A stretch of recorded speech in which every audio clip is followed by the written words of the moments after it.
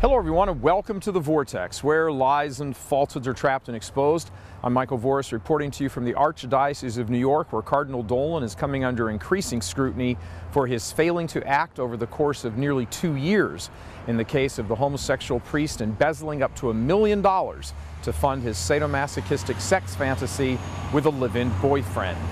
Church Militant has obtained various letters and documents sent more than a year ago by parishioners here at St. Francis de Chantel parish in the Bronx to the Cardinal and his staff, alerting them to huge financial problems at the parish. Included with the letters, financial statements from Father Peter Miqueli's personal investment accounts, showing account totals of almost $700,000.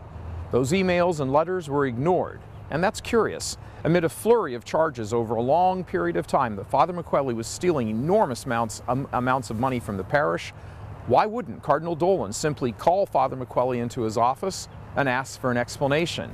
It was certainly within his authority to ask him for an accounting from Father Miqueli, but it never happened. Around this same time, according to the lawsuit, Father Miqueli also purchased a house in cash for more than $250,000. Yet amidst all these allegations, and at the very least unusual financial dealings for a priest, the Cardinal never once approached Father Miqueli and asked him about any of this. Another red flag ignored.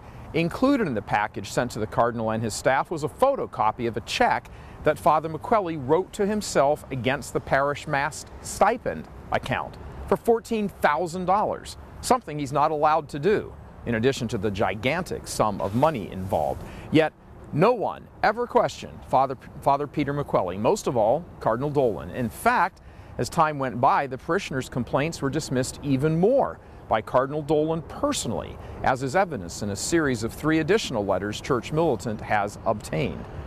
We sat down a couple of nights ago with close to a dozen parishioners from St. Francis de Chantel and asked them about all of this, why they filed the suit, how this has been a drain on their spiritual lives, and if they thought that Cardinal Dolan should step down as Archbishop of New York in view of his covering for Father Miqueli and neglecting of them.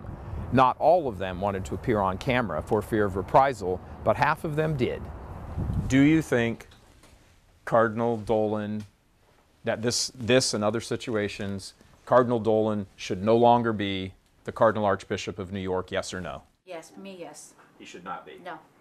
Just by this one issue? It probably yes. I would say he should not be, because he should be gone. We only know about this. How many other things are going on in the Archdiocese that we don't even know about that he's been covering up? He should be gone. I hadn't thought about that, but yeah, if that's He should be gone, yes or no? Yes. Gone? Yes, remove him. Gone. Guys back there? Gone. Thumbs gone? All right. Unanimous. Unanimous. You have seen the Church of Nice up close, and it needs to be eradicated. Is that what I'm hearing? Yes. Mm-hmm. Okay. You said he needs to go. Yes. I mean, go, not be the Archbishop Cardinal anymore. of the Archdiocese of New York, because you have priests in crisis, you don't take care of it. You have parishioners upset, you don't take care of it, you don't address it. What atmosphere are you providing in the Archdiocese of New York? We need a clean slate. Recall that nothing of substance was ever done in this case by the Cardinal to summon Father Peter Miqueli to give an account of his actions. All that was said by Dolan was a dismissive admission that an audit performed by the diocese had showed some sloppy bookkeeping, his words, and nothing more. Then, when revelation started coming out that Miqueli was using much of this money to fund his perverted sex life, Cardinal Dolan was contacted personally and informed about this by a woman who was extremely close to the situation, the girlfriend of the gay-for-pay male prostitute. She asked for a meeting with the Cardinal and said she wanted to bring along one of the parishioners. Initially, the Archdiocese agreed, but then reversed course and said no, they would only speak with her alone, and she was to bring all of her evidence on the sadomasochistic lifestyle of the priest. She refused to go to the meeting without accompaniment, as had been initially promised. So, when the Archdiocese denied anyone else admission, she refused to go. Local New York camera crews caught up with Cardinal Dolan after Mass this past weekend and asked him about the case. Here is how he characterized it, or as some say, mischaracterized it. Oh, they're lurid, they're terrible. Now, when I read them about 3 months ago, it was what? It was she saying, this is what I'm telling you. I have photographs, I have evidence. And I said, oh, I'm glad. We're looking for data. Please come in and give them to me and give them to the police. She didn't. He conveniently leaves out the part that his legal team changed the terms of the already agreed to meeting, which caused her to be a no-show.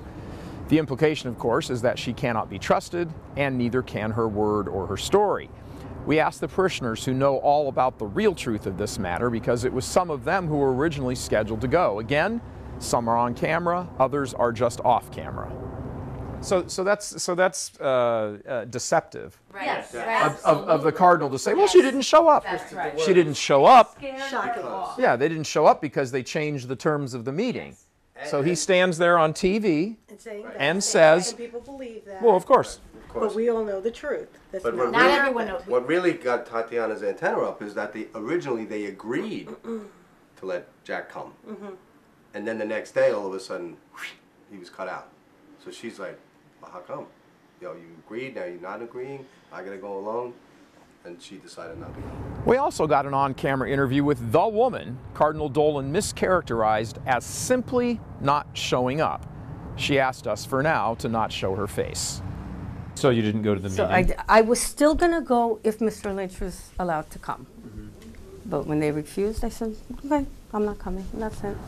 This whole case is demonstrating what many are seeing as a deep cover-up, even on the part of the cardinal himself, even in the face of written records that Church Militant has been shared on.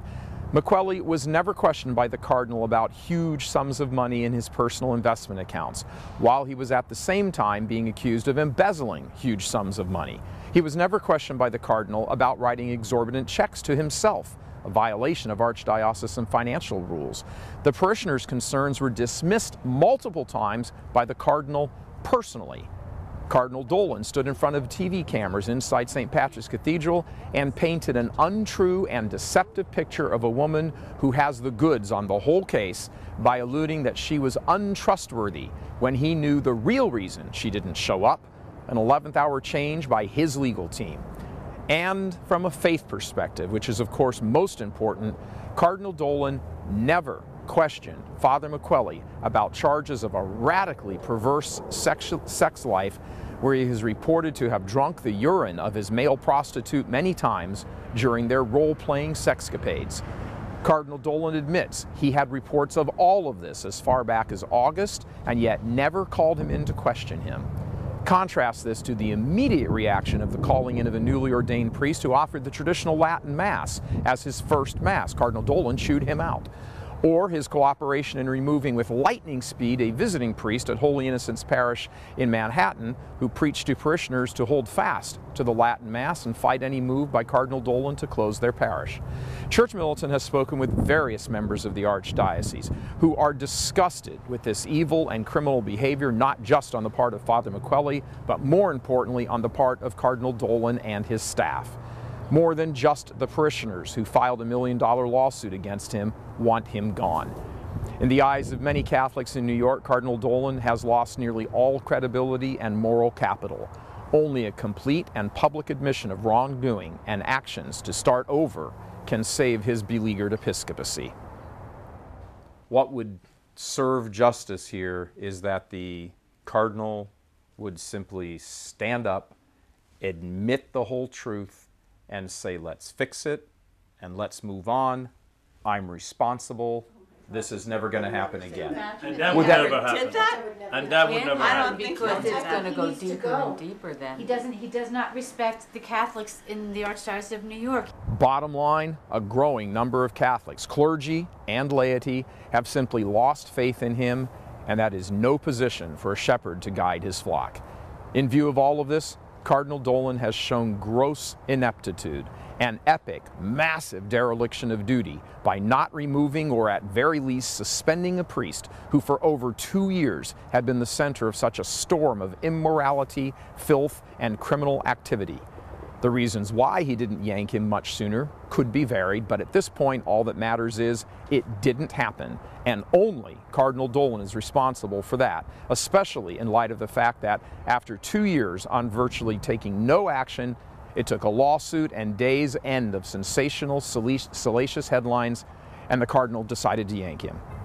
Reporting from the Archdiocese of New York, this is Michael Vorse for churchmilitant.com. God love you.